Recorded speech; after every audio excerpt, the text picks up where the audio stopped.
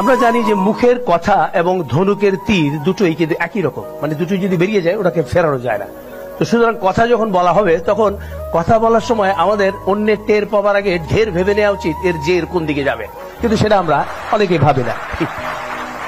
আমরা সেজন্য কিন্তু সাধক সত্যানন্দ বলেছিলেন যে অনেক কথার অনেক দোষ, ভেবে চিন্তে কথা কোষ।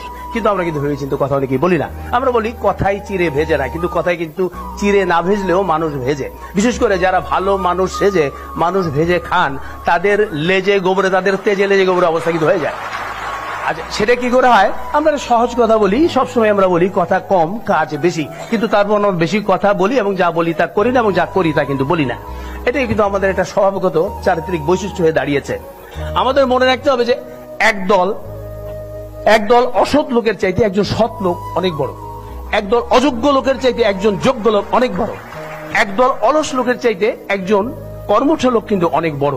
আমাদের শিক্ষায় শিক্ষিত হতে হবে। আমরা বলি পানির অপর নাম জীবন, কিন্তু আমি সেটা বিশ্বাস করি না। আমি বলি পানির অপর নাম জীবন নয়, বিশুদ্ধ পানির অপর নাম জীবন।